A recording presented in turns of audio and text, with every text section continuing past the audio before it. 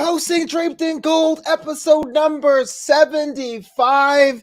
I can't believe it. Thanks so much for rocking with us. NXT UK, NXT talk and chat and all that. But as always, I'm not alone. I'm being joined by the man, the myth, the legend. Can I even say my hero in some places? I'll be lying to his face if I said that. Anyway, you can see him on the MacMania podcast, the Championship Wrestling from Hollywood, and also the Evolution of Movies podcast. Give it up for the real Jack Farmer. What's up, sir? As always, so good to be here. Thanks for having me. And I know you look at me as a hero, as a bit of a role model, and shoot for the stars. You probably won't make it, but wow. Speaking of doing my best, allow me to brag before we get into everything. Your boy Flobo actually sat down with Jessica Alabama this week on New Amsterdam Radio, one of my sister shows. The video has a special release right here on the YouTube channel, so check it out after this. YouTube.com/FloboBoys. If you're already on YouTube, welcome. But my chat with Jessica Alabama, you may know her as Jessica Kamea from NXT 1.0, 1.5.0, 2.1. Yeah, that's going to be one I can't wait to go take a look at and listen to. I know that was someone you wanted to chat with for a very long time, so kudos to you, Flobo. I'm glad you got that, and I'm sure it's a good one. Yeah, man. Hopefully it's a good one. But what about you, Jack? What are you working on besides the stuff I already mentioned top of the show? Any cool projects on the side? Yeah, well, you mentioned Evolution of Movies. We've been taking a fun little route this time around. We're getting some guests on, and we've had some fun ones. We have James Kincaid, also from Championship Wrestling from Hollywood. He does commentary. He and I and Andy Rossi, we all chatted about Raiders of the Lost Ark recently. You can check that out. And this coming week, next week, we're going to be releasing 48 Hours, the movie review with James Lott Jr., who many people know on this program. So that'll be very fun as well. Yeah, I like it too. JLJ, friend of the show, contributor actually to Draped in Gold. Once we back later on, we'll probably have him back. But enough about that and pleasantries. Let's talk the good wrestling arts. And I got myself a cool scarf, man. It says Grizzly Young Veterans on it. It's awesome. All right. Soon to be. You do it way better than I do. I blow up my voice every time. All right, so let's talk about our main event here. NXT United Kingdom Women's Championships on the line as the final boss. Meiko Satomura takes on the number one Gaijin, Blair Davenport. Much like Rampage Brown before her, this match ends in referee stoppage due to an apparent ankle or shin injury. Jack Farmer, we all know injuries are no bueno, especially in the wrestling arts and sciences. What's to say about the momentum of Blair Davenport? She worked so hard to get to the top by choking out Sid and not coming to work, and now she would be on the show. It's unfortunate. Injuries are always very unfortunate. I think it's something as we watch in wrestling that we just sort of take for granted, just how dangerous everything wrestlers do really is. And, this was a high risk move, but I think we see moves like this and we take for granted how dangerous it is and how much wrestlers really do put their bodies on the line each and every time they go out there, and really with each and every move. Even in this case where she was on the offense here, it wasn't like she was the one getting hit. She was the one doing the move. But again, just how dangerous this is.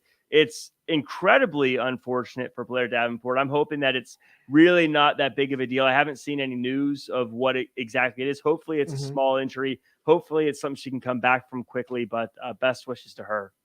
I want to shout out to the chat right now. Kirsten Marie's here. Lamb is here. Dylan Matthews is here. We can't forget about Will Five Stud. Muffin says, what an unfortunate end to this match. I agree. Wishing a speedy recovery. Also, Mike Wexler's in the chat. Thank you so much. And Keenan. Oh, we don't really see you too often. Thanks for welcome to the show, man. Draped in Gold. Look, I hate to shift gears, but let's talk about the match itself. Had this match not ended in referee stoppage, would this have been the start of a brand new championship reign for Blair Davenport? Well, as I said, Blair Davenport was on the offense when this happened. So if you're looking at how things were going, it would seem that Blair Davenport very well could have become the new NXT UK champion here with a win by dishing out this damage. Of course, we don't know. I think Blair Davenport has all the potential to get the win, but also, Meiko Satomura, you don't become the final boss losing very often. Is it just me going into this match? It really felt like every match that Meiko Satomura is in just feels special, doesn't it? Mm-hmm. It just feels like Absolutely. a big deal. And she had that feeling today as well, just coming out. I don't know if it's her music. I don't know if it's just her aura, but she felt like a big deal. This was a big match. It was a rough match the whole way through. NXT UK getting a little rough around the edges with their main events these past few weeks. Yes, they have. That's kind of the Smash Mouth style of NXT UK, so we love it so much. Let's go back to the chat. Mike Wessler, thanks out to the Jack Farmer and the Go Flip. Oh, thank you so much. Hey. Yeah, Mike, when are we doing your show? And Keenan says, Odeo Tai was a faction that Blair was on Stardom. Now, Stardom is a promotion that I recognize, and I think it's amazing. I don't watch as much as I should. I know. I'm sorry. I'll go back. I'll check out the footage. But if Blair is part of it, you know it's going to be 5-star. And I got Dylan Matthews says, David Pork was posted in the photo 26 minutes ago and crutches and in a boot. That's unfortunate news for them. It's kind of seems inappropriate now, but a funny note for me watching the match is when Satomura pulled the nunchucks. I was like, I would have submitted right then and there. Yep. But it did seem to me, though, even though she won by referee stoppage, no contest, she's a little surprised. It's almost like she got oh, I didn't think I would be able to be the victor here today. And so I wonder your perspective on that about good old Meiko. Well, I mean, you're in the match with Blair Davenport. A win is going to be tough to come by. So being surprised isn't a surprise that she was able to survive in this case and just outlast in this case. Again, when you're in a match this rough and this tough and with weapons and everything else, just getting out of it alive is something you should be proud of. And Meiko Satomura, she did dish out a good beating. She took a good beating, but you're right. I think the moment of the match and probably something that sort of swayed the momentum in a lot of ways was when she busted out those nunchucks and looked very good with them too. But I'll be honest, if I grab some nunchucks in my mind, I'd imagine I do some cool Michelangelo Ninja Turtle stuff. But really, I wouldn't know what to do. I'd probably just swing it over my head like Michelangelo's a gold standard. He is a gold standard. I don't know why I'm questioning that. Turtle power. When I was in karate, when I was a kid, sidebar, I wanted to be Raphael so bad I learned how to do the size. That's why I was like, yeah, but I don't know how practical that weapon is in Brooklyn, but it's true story. Yeah, the only sigh I can do is heavily sized. News and notes around the promotion. A lot of things happen away from the ring, which I want your perspective on because things are shifting on that roster. One, Gallus not looking themselves, trying to get a spot on the Supernova sessions because they got renewed for season 2 and they didn't even have a chance to go on next. They would have been top of the card a season ago, but he got bumped for Jordan Devlin. What is wrong with Gallus, man? Tell me. And why is Noam Dar so dang slick? So first off, you forgot the part where Gallus came in and tried to bet some money on a Heritage title match, and Shaw Samuels was like, nah, man, card reader doesn't work. And I don't blame Shaw Samuels for not taking a bet from Gallus, because when was the last time Gallus won a match? They're not good for a bet. They probably don't have the money. Shaw's being a smart bookie by saying, nah, not taking your bet. He doesn't want to have to go and break their legs when they can't pay up for a lost bet. So Shaw Samuels doing the right thing here. But man, you totally hit the nail on the head. Let's not bury the lead. A second season of Supernova Sessions, one of the greatest shows in all of pro wrestling. I am so excited for this, and we're getting started with possibly the biggest star in NXT UK, Jordan Devlin, the Irish Ace. Big shows premiere new seasons with big stars, and Noam Dar has got it all laid out in front of him. I'm so excited for season 2. You know, Coffee did kind of allude to going after the Heritage Cup. And if you're Noam Dar, imagine, because you know he could be Supernova, right? Do you even take the match knowing how bad the Gallus' run of form is? Is that considered an easy win against the Iron King these days? Am I being bold by saying that? You got to earn title shots, Flobo. You don't just get to walk into the back, say, hey, can I make a bet? Oh, I can't. Well, can I get a match instead? No, you got to earn the shot. You got to win a couple Heritage matches to get the shot before you can get a shot at Noam Dar. So, no, you don't just get to willy-nilly say, I want a shot and get it. I mean, look, we just watched a show where 30 men and 30 women had to fight each other to get a shot at a title. And Coffee thinks he gets to just stroll into the back and say, can I get a shot too? No. It's a cup, not how really. it works. Why not? For everything I just said. Right now, other wrestlers are going to Jeddah. You're going to have 6 people in a steel cage fighting to the death. Maybe not to the death, but you know what I mean. Dang it, Jack. I was transitioning. But Gallus here. Did the transition. He's walking and do it. You're nuts. Take that transition. Speaking of people who challenge things, the Nina Samuels show always has another edition, this time with Amel, and it looked like Nina, not to a fault of her own, puts herself in a mess, and Amel challenged her to the ring because Nina's not really feeling the fact that Amel is basically riding, much like Jenny, riding her story to the top. Now, here's the thing I've realized, and I want to admit here publicly on Draped in Gold to the dozens of fans that watch, I was wrong about Nina Samuels. Maybe NXT needs more Nina. Jack Farmer, the show was great. Tell me about that, and the fact she may have a match against Amel in the coming weeks. What I love about NXT UK is NXT UK and Draped in Gold are so good at working in synchronicity, in sync. Mm-hmm. We're so good at working together. Obviously, NXT UK saw that synergy. We are celebrating our 75th episode, and they said we have to give major stories to the fellas stateside to break and to talk about. And I just said we're talking about Noam Dar. We talked about Supernova Sessions. Well, here we are with another one of the biggest stars in all of wrestling, Nina Samuels, coming back with more shows of her own, and she's interviewing and chatting with one of the biggest stars in the women's division, Amel, and now we get to see more of them. Flobo, it is an Oscar caliber night for everybody here in pro wrestling. They get BAFTAs in England. Chad Lamb says a BAFTA level. Well, I hope I see the light when it comes to Nina Samuels. Okay, I was wrong. And Dylan said the first to changing is admitting you're wrong. Well, thank you so much. Growth is definitely encouraged here on Draped in Gold. So I have a thought from Wheel 5 Stud that says, I thought the A-Kid promo was hilarious. A-Kid trying to do the My Fair Lady to Saxon Huxley, teaching him chess and how to eat at the dinner table or the table backstage. Saxon and A-Kid, a couple I didn't think I wanted to see, but now I want to see more of.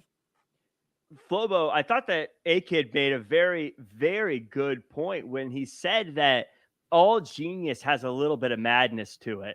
And I think that you can see that with Saxon Huxley because he understands, this is the genius, he understands he needs someone to guide him and help him become more focused and better. But the madness part is he didn't have Eddie Dennis do it. He went to A-Kid. That is where he messed up.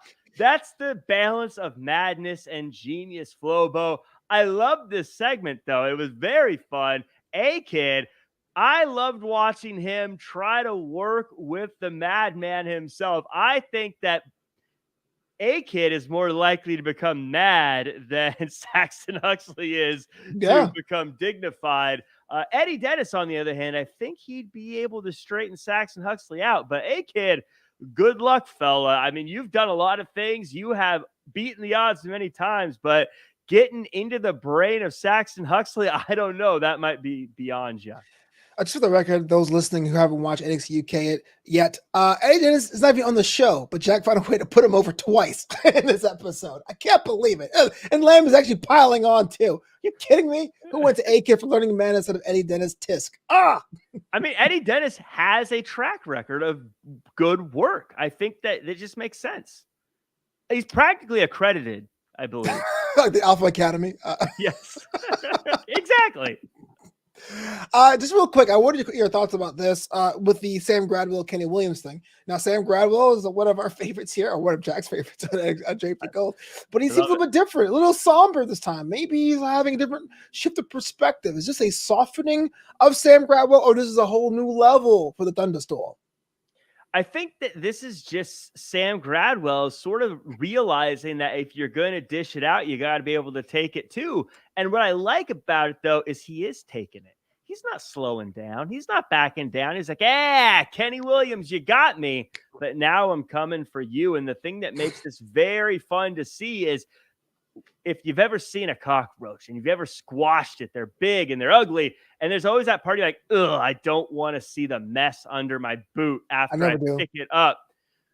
But I have a feeling that our friend Sam Gradwell has no problem stepping on cockroaches and no problem just wiping his boot clean and moving on. So Kenny Williams is in a world of trouble getting the thunderstorm angry at him.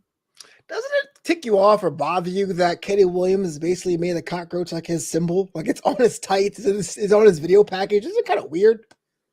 Listen, I like that he is just embracing who he is. He's the scum of the earth. You know, we always talk on Twitter. You see these inspirational quotes and memes on Twitter and Instagram and everywhere else all the time. And it's like, learn to love yourself. Be who you are. Accept who you are. All this other stuff. That's all Kenny Williams is doing. We need to be happier for him for accepting the fact that he likes being the scum of the earth. That's who he is. And he never lies about it. He tells you up front. So if you get shammed by him or bamboozled by him or thrown off by him in some way, it's your own fault. He told you. You're the best lawyer. You're better than Paul Heyman.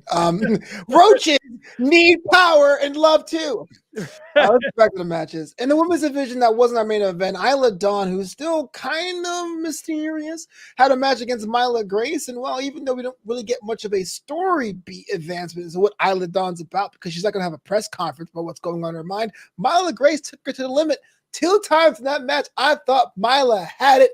Here's a question for you, Jack Farmer. If you were backstage and you found a way to shape Myla's career, what do you think she is missing to hit the next level? Does she need a manager, a stable, a finishing move change? Like, what do you think will be the best key to victory for Myla Grace in her career?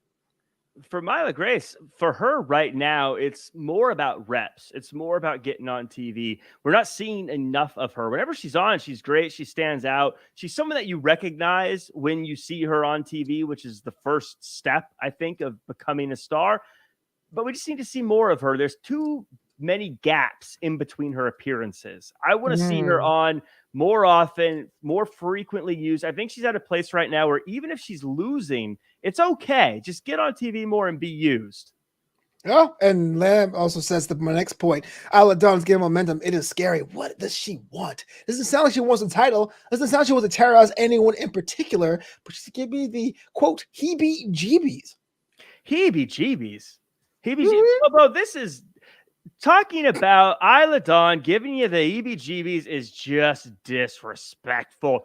She's winning. If this was yoga, you would respect it. If it was jujitsu, you would respect it. Hell, if it was water aerobics, you would respect it. But because her training isn't something you can do at a local Planet Fitness, you think it's mumbo jumbo. Her eyes are bleeding. You don't understand it. It's voodoo? No. This is training to win, and it's working, and you better put respect on Isla Dawn's name before she casts a spell on you too. Okay, before I get canceled by the witches and occult out there in England, she has been doing petty theft, and now she's bleeding from the eyes. And you're telling me that I'm the one that's weird? No, you're a hypocrite. Oh, because okay. You're wearing the scarf of guys who have been doing petty theft for months, and now you're blaming Isla Dawn because she's doing it? Yeah, but I want answers. Why yeah. My fellow Americans and British, I have realized that I'm a hypocrite, and therefore I shall ask any more questions about Isla Dawn. Keenan says, Isla Dawn likes to blitz a future tag team. Well, that would be the most unnerving tag team. I wonder if Lily gets stolen, will Isla Dawn be the culprit? That's my question. I think, what if Isla Dawn is Lily, and she just manifests through Lily? See, that is actually a crazy story that would work in like Lucha Underground, and I'd be all for. Yeah, it's weird how in Lucha Underground you'd be like, yeah, makes total sense. Yeah, man, give the gods. It's cool. Give the gods. I've been holding this on, but let's talk about that opening contest. Number 1 contenders for the tag team championships, Mustache Mountain. The champs are sitting there ringside, which was weird to me that the belts look smaller on them than they did Pretty Deadly, but that's besides the point. Anyway, it was Stars and Massive against My boys, Smith and Carter are ready and forward. And guess what? Ready and forward are now your new number one contenders. I said this on Twitter. Get off my bandwagon. I was here first, Jack. This came down to probably the most underrated attribute in all of tag team wrestling. This match had a little bit of everything, and both teams seemed to simultaneously have a game plan they were able to execute, and they had to improvise as game plans got thrown out the window at the same time. Okay. You could see how a team would get into a flow and really get some great teamwork going before the other team would just power out of it, only for them to get the momentum and the other team to technically sneak out of it, only for the other team to slug their way out of it. However, I was waiting for that. However, it was Mastiff not trusting Stars. And in the end, that trust is the most underrated attribute of all tag team wrestling. And Smith and Carter have it in spades. And I think that was the big difference maker between these two teams today. Well, let's talk about this for a second, because even though I had no doubt in my mind that Smith and Carter are going to win this match because they're my boys, it did seem kind of odd and peculiar that so late in the match, Mastiff decided just to say, I got this. But in his defense, there were some blind tags that Jack Stars was making without his consent. So is he wrong for doing this? This doesn't surprise me at all that Mastiff got a little gun shy on tagging in Jack Stars. We have to remember that this is a team that started really because Jack Stars was struggling. It started because Jack Stars couldn't find his footing. Dave Mastiff was having success all over the place, maybe not able to seal the deal on some gold, but for the most part, really getting big wins, really competing, really at the upper echelon of NXT UK. And he decided to help Jack Stars out. It doesn't surprise me that now is the time that Mastiff decided to start taking things into his own hands, because now the stakes were real. The stakes were high. This was for a title shot. I think before, when it was just matches and they were still working together to figure things out, it was one thing. But now that a title shot is on the line, Mastiff said to himself, I can't risk this. This is too important. It cost him because, again, trust is so important in tag team wrestling. But it doesn't surprise me that this was the moment that Mastiff chose to take things into his own hands. Poor Mastiff. There's a guy that thought could have done so much more. And granted, there's still time for that division, but I got that defeat here today. You have Mustache Mountain at commentary. They said, quote, this would be the best version of those two, referring to Ashton Smith and Oliver Carter. The match is going to be set up in a couple weeks. I don't have an exact date. Ready and forward, Mustache Mountain. Who do you got? I have to go with Ready and Forward. I think Ready and Forward are going to get the win here. And it's unfortunate because they're already talking about Trent Seven. What's he going to do? Is he going to retire if he loses? And I don't know how you're going to feel about your team causing Trent Seven to retire. That's going to be a lot of guilt on your shoulders. I'm fine. But that exact reason is why I think Ready and Forward are going to get the win. Because already Trent Seven is thinking about and considering what's going to happen when he loses. And at this level, at this part of a competition, you cannot allow yourself to think about what happens when you lose. And I think Ready and Forward, as their name states, they're thinking about going forward, not what's going to happen when they lose. And in a game of inches, as they always say, this is the difference maker. Ready and Forward are going to be your new tag team champions. I want to say that I'm a big fan of the guys, but their theme song always has me in the relaxed, chill out mode. Like I don't expect guys to come out that can throw lariats and drop kicks to come out to that music, but when they do, so much fun to watch. I do think that match is going to be very fun. By the way, I have a feeling Mustache Mountain and Ready and Forward are going to have the kind of matchup chemistry that's going to be incredibly fun to watch play out. So I think whenever they make it, hopefully soon, because I want to watch it sooner than later, it's going to be fun and we're going to love it. Oh, yeah. I don't know if they're doing a prelude or it's going to be something like that for WrestleMania week, or it's probably NXT UK, so they'll have pay-per-views every 2 weeks because they're gangster like that. But I can't wait for that match. And before I head over to NXT 2.0, question about this Nathan Frazier deal. Who knew the parking lot in UK was just as dangerous? Getting beat up backstage by that familiar by his car, the old it won't start trick. Poor guy. Is Nathan Frazier a Lego person? Because I feel like he puts on a new haircut every time he's on TV. Everything is awesome. I feel like he just like pops off one haircut and puts on a different haircut for a different episode. It looks different every time. We're journalists, y'all. Seriously. Yeah, I think that's a news breaking news story. Trust me. Nathan Frazier's a Lego person. But look, Nathan Frazier, as you like, if you're someone like the Familia or myself, where you grew up on the streets and you know how this works, you don't get to talk smack to people in the parking lot and not expect a receipt. That's what happens.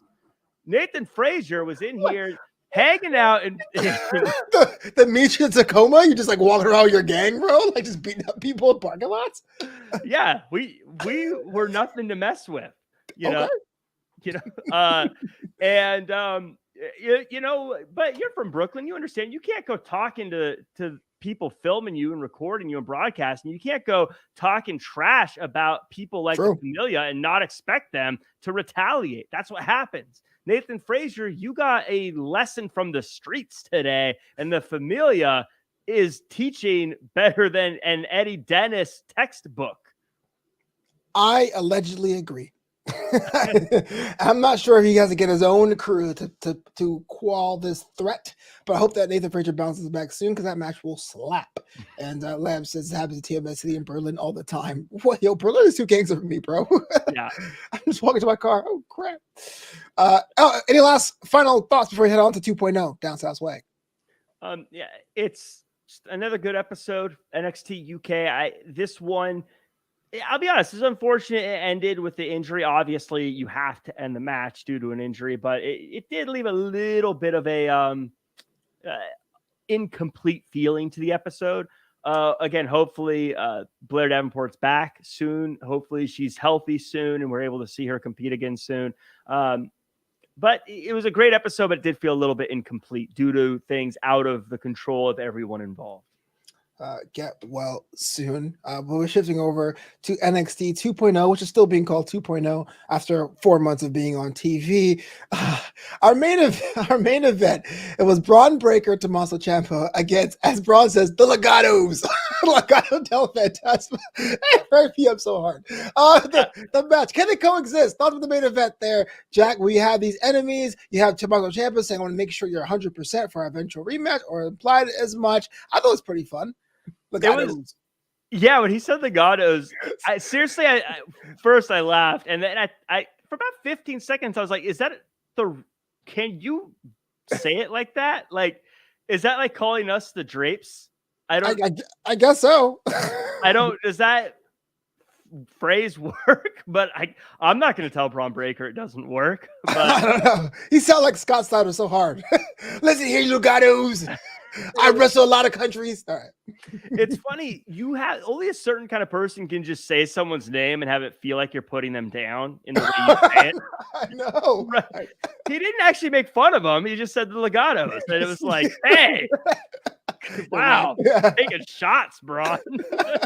Meanwhile, Zion Quinn's like, yeah, you tell him. No, I'm just kidding. Nothing with the match, man. This was a fun match. And Legado del Fantasma, these guys felt like they were really putting on a show today. They really showed out with some incredible high-flying moves here. But again, Bron Breakker is just an unstoppable force of nature. You could even see Tomasso Ciampa at times when they're walking out. He was almost channeling Bron Breakker. He wasn't trying to be the vet. He was trying to channel Bron Breakker in his entrance. Bron Breakker, I just said it, force of nature on this show. Totally unstoppable. If I just get out of his way, I don't know why you wouldn't at this point. So what's it say about Legado de Fantasma? You got Santos Escobar priding himself to be the next number one contender. And I did mention a little bit before in the wake of the Zion Quinn thing. Have you seen Zion Quinn? Does he still work here? I have no idea. We had the match here. What does that put them? They're a tag team that's not in the Dusty Cup. There are the kind of backup henchmen still. Do you have them go off and fill up that division while Santos is working with Breakker, or do you try to have them be like the hired goons thereafter?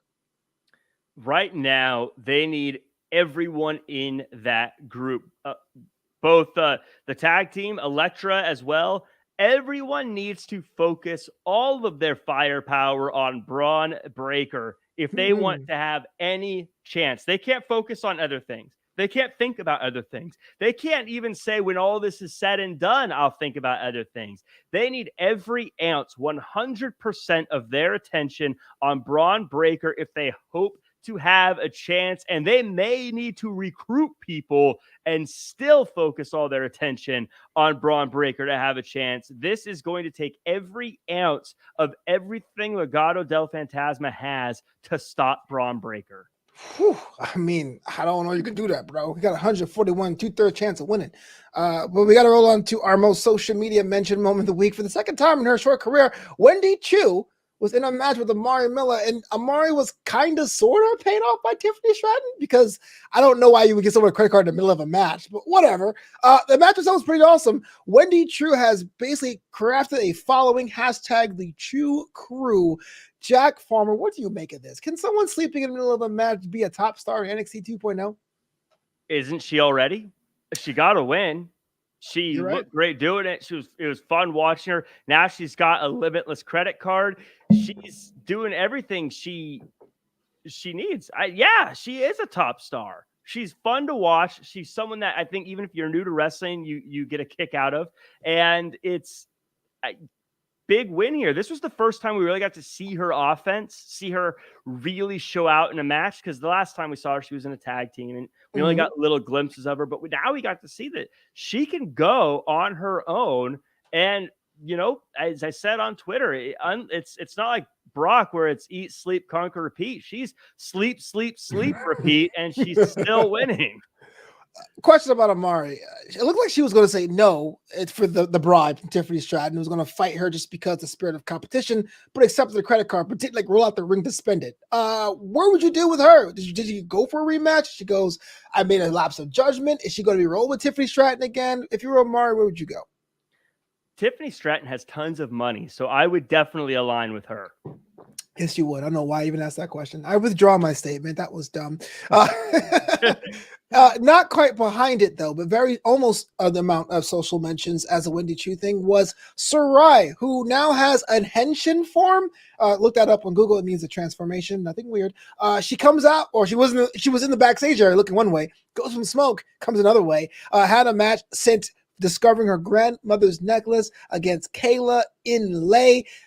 Sarai is back in winning ways, but you know what? Allow me to do a little bit of that poo-poo, a little bit of that poo-poo drizzle, you know, and say, hey, Sarai.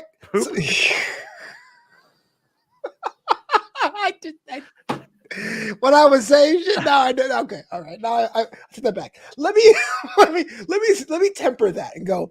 Sarai got the win thanks to her grandmother's necklace, but when I see her actual working that ring on this Tuesday on NXT, I dare say she doesn't need it. Jack Farmer, what say you?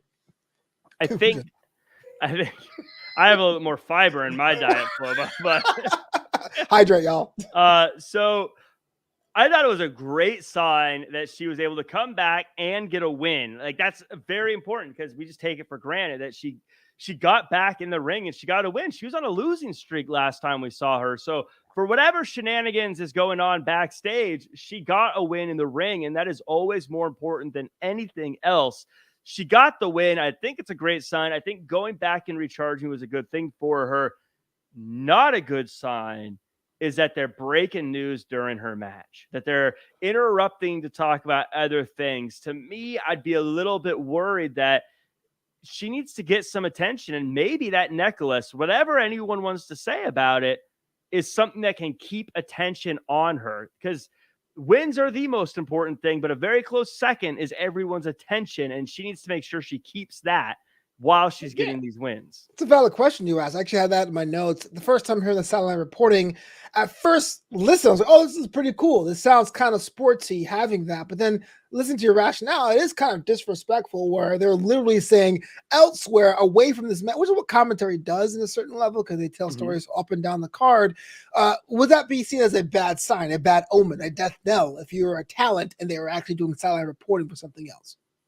It's hard to say it's a death knell because you're right. They don't do it very often. And so it might just be something they're able to do now and trying to work it out. But I would say if you're watching a football game and a team is driving towards the end zone, they don't say, oh, by the way, check out this other game, right? Yeah, they would wait until the touchdown happens and then go to the other game. Here, you would think the similar thing would be they would wait until the match is over and then say during the match, this happened. Again, it's the first time it's happened, so it might just be one of those, we're trying it out. I don't think you should necessarily say this is or isn't the end or the beginning or anything like that. But I would be a little bit concerned if I'm her thinking, this was my match back. I got a win, and you were talking about someone else. And that necklace might be the key to getting the attention kept on her. Well, one person that had a sights on her was Dakota Kai. We were always wondering what's Dakota Kai going to do next. Looks like she's beating down anyone who happens to be new on the brand. I'm looking forward to that eventual matchup because it's two different styles. The reach of Dakota Kai, the speed of Sarai. That might be kind of a fun thing down the line. Dakota Kai is great. And I think that she is so good. One of the things that she doesn't get enough credit for is the fact that she can always find a way to stir things up in the right way. She doesn't just sit back and go, I'm going to wait for someone to book the match for me to be in and see if I can get a win. She's always back there working angles and trying to make sure things happen for her. And when she finds herself saying, you know what? I don't have a rivalry going right now. I don't have a match on this show. You know what I'm going to go do? I'm going to go find this person that just won a match, and I'm going to go get in their face. And I'm going to show them that you don't always get to win when you're messing with Dakota Kai. You just praised Gallus for doing the same thing. You condemned them for doing the same thing. How dare they walk in and try to ask for a match and work their way up and find a new angle? Dakota Kai, similar win-loss record, did the same exact thing. You're like, yeah, Dakota Kai. Right. She doesn't have, she's not challenging for a title. I mean, if she just walked up to Mandy Rose and was like, hey, can I get a title shot? Then I would say, whoa. Cool. You know what? You win this round. Here's a comment from Will 5 Stud. Thanks for watching and being with us in the chat. He says, it seems NXT 2.0 has found its balance in recent weeks. And well, as far as this guy is concerned, it's a lot clearer for the segments. I enjoy it more as a fan. I'll be the first one to tell you in September, before our pre-production and post-production meetings, I would say, I don't know what NXT 2.0 is. I am not quite sure it's appointment viewing yet, but for where it is today, as to where it was in September, it's night and day. Jack Farmer, what say you? I agree. It's starting to find its footing a bit here. And you're right. Back when it first made the change, I had no idea what I was watching. And you could see that when you watch Draped in Gold. We talked about it and be like, I don't know. I don't know what this is. I don't know what we're watching here. But and your point, I don't know if it's appointment viewing, but it's fun viewing. And I don't know if it's one of those things where you watch week in and week out because things develop on each other, but it feels like chaos. It feels like every single show, in a better way than it did before, is sort of, look at all these characters, let's put them in a jar, let's shake them up, and then let's see what happens. You don't know what's going to happen. You don't know who's going to challenge who. You don't know who's going to run into who. And that can become a very fun show to watch. It's also very easy because, again, you don't feel like you have to focus too hard. You can sort of take everything that happens for what it is. You know, we talk about Dakota Kai right now. I don't need to think about what she said 3 weeks ago or what she did a month ago. I can just say, look, she's coming in and she's stirring up trouble and she's picking a fight. I like that. That's fun. Yeah. I can watch Wendy Chu and not think too hard about where she was this time last year and what she was doing last year. I can say she did a little sleepy time elbow drop. I don't know what you'd call that. I popped so hard with that. That was so much fun. Fantastic. It's so silly, but so great. I love how people were calling it the go to sleep. It should be. It really should be. I don't care how confusing that would be for people. Call me Malik Blade because I need a moment because we had a match in the women's division. Raquel Gonzalez had a match against Cora Jade by Cora's behest because she's looking for a tag team partner for the Dusty Cup, which is weird because the men's Dusty Cup is basically over, about one more match away. The match, as expected, seemed to be pretty easy for La Chingona, but after the match, Raquel says, you know what, buddy? We could be friends after all. A story in 2 parts, Jack. What do you think? The only thing I don't like is that Raquel Gonzalez changed her mind. Damn. Listen, you go backstage and Cora Jade's back there, and you can even see she doesn't know if she's good enough. You can even see she doesn't know if she's ready for this spot. Now, I think I'm a fan of hers. I think that she's got big star potential. But as I'm looking at her doing this promo, she's even unsure. And then you get into the match, and you're right, Raquel just goes to work and starts beating her up. And I know we're supposed to say that Cora Jade's feisty. Cora Jade's a fighter. Cora Jade can maybe find a way to get wins. But I look back the last time she was in a high stakes team environment and she was stuck in the corner during War Games. She got the win. I get it. But she was kind of a detriment to her team in most of that match when you're looking at it.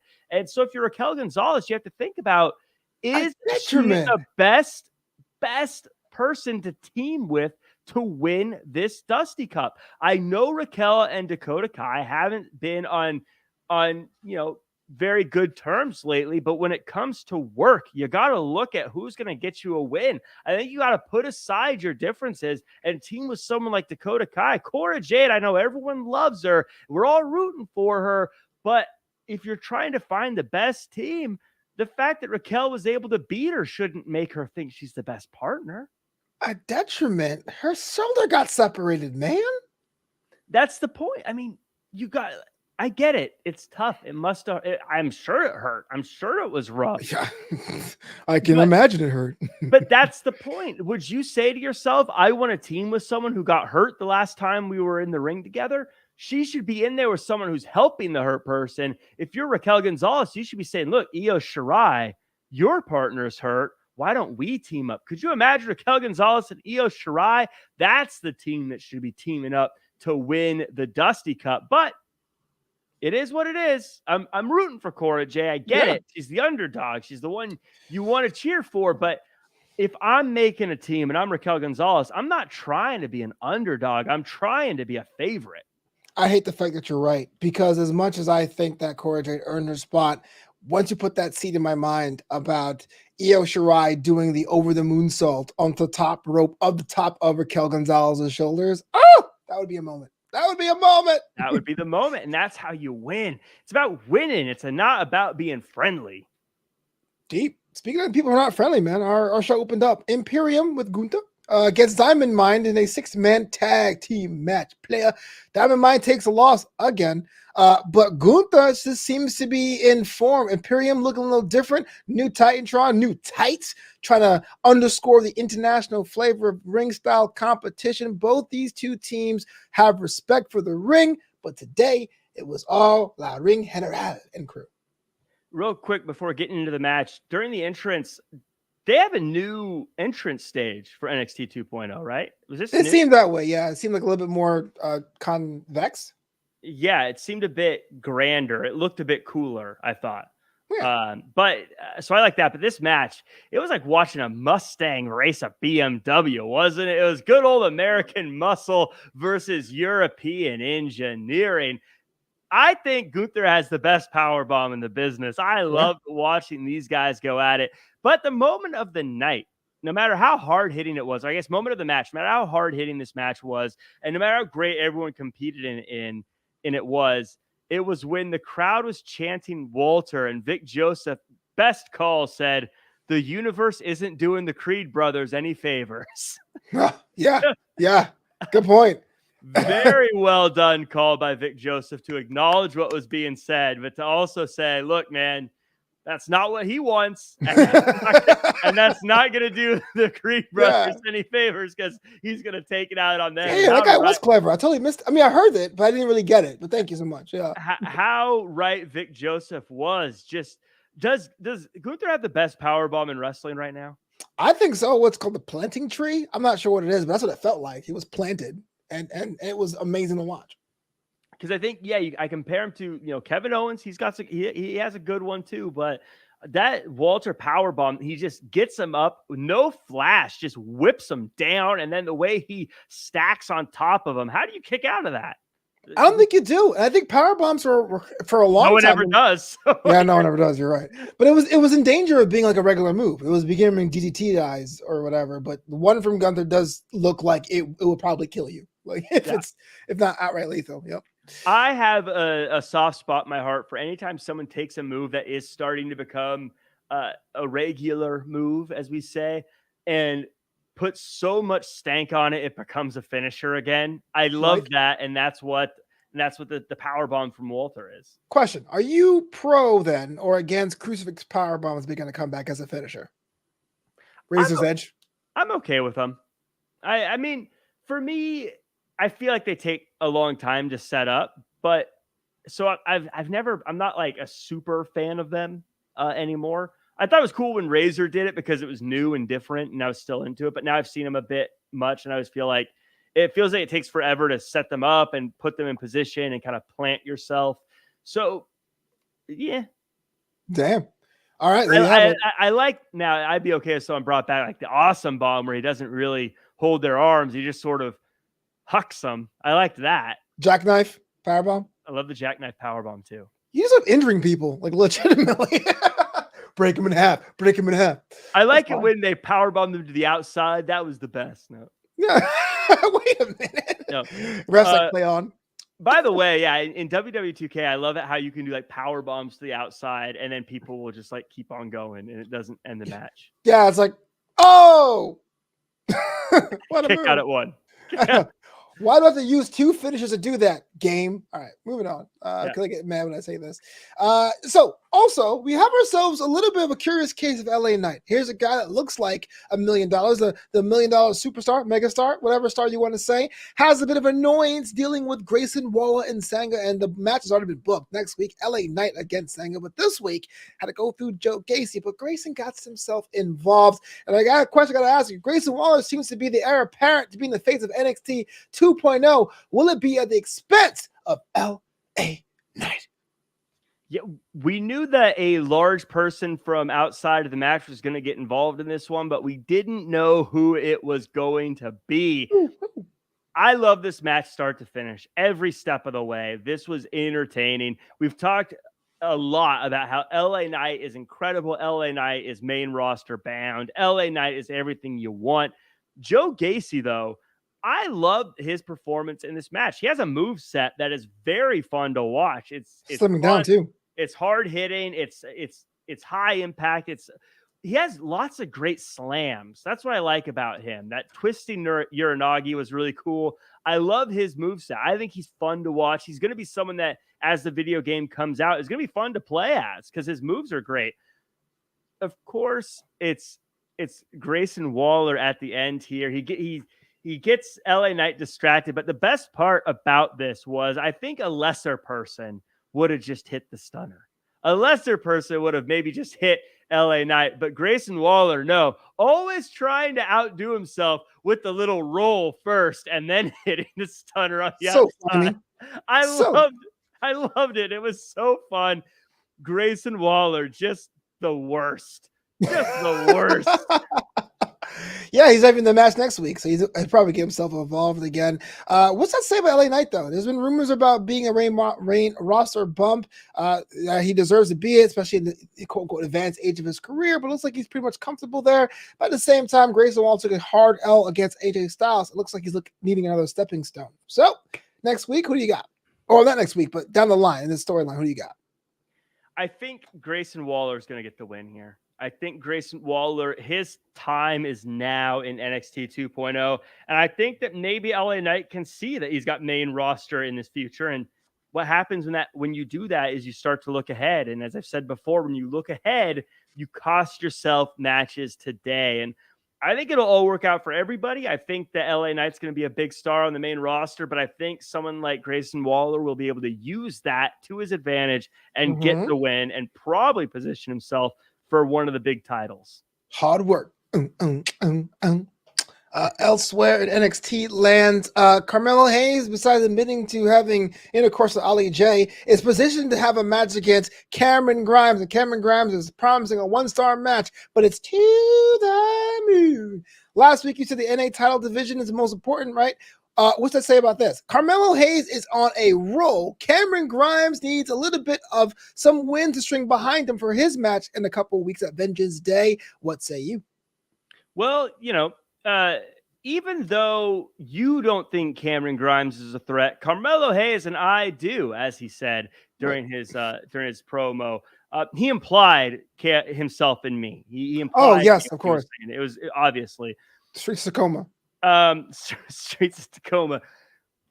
Cameron Grimes is on a winning streak. Mm-hmm. He hasn't lost in a while, so I don't know if he needs wins. The only issue with Cameron Grimes is he's not on TV very often. They're very stretched out, but that doesn't necessarily mean a bad thing. There are other promotions that have wrestlers that win all the time, but don't wrestle very often, that do very, very well. I don't think Cameron Grimes needs a win here, and that's very fortunate for him because I don't see anyone taking the title off of Carmelo Hayes anytime soon.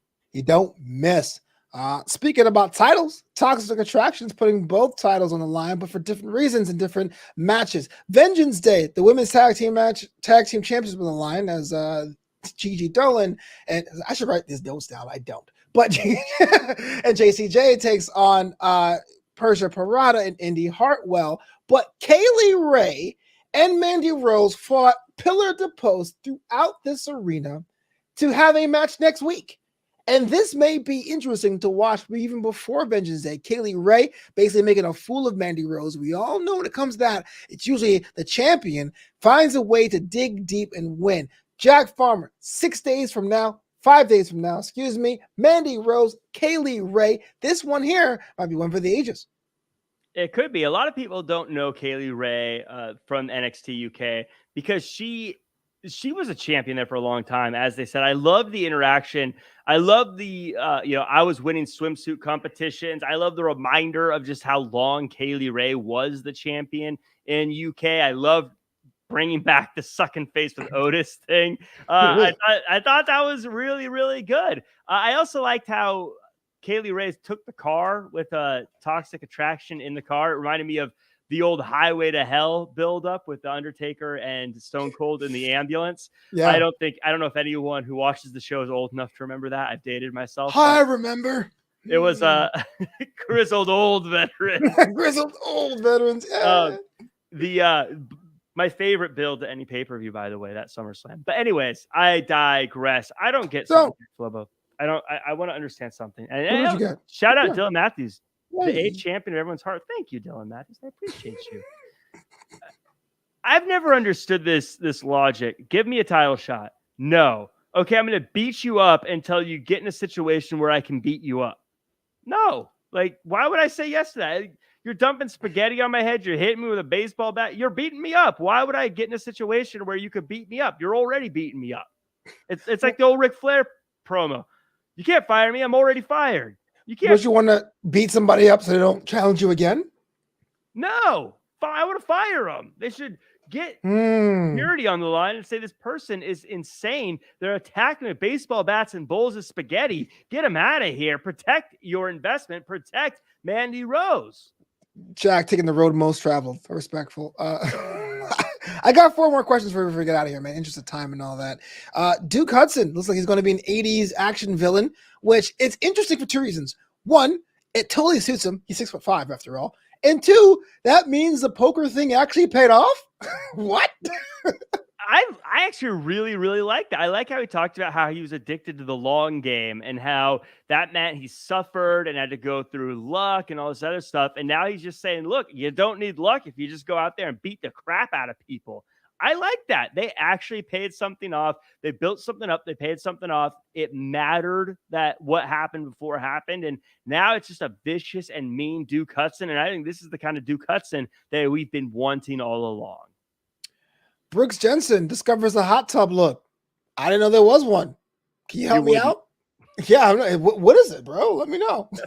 What you make of this? The Caden Carter, not related to Nash Carter, Oliver Carter, and the whole Brooks Jensen love angle friendship thing.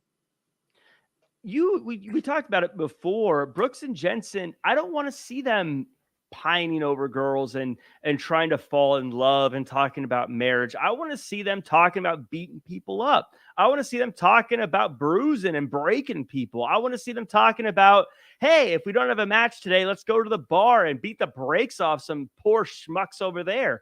That's what I want to see from these guys. You can't tell me they're these, red-blooded horseshoe playing country listening, pickup truck driving, beer drinking badasses, and then go, maybe one day I'll marry her. No, like, give me the fights. Give me the whoa. Country stars have ballads.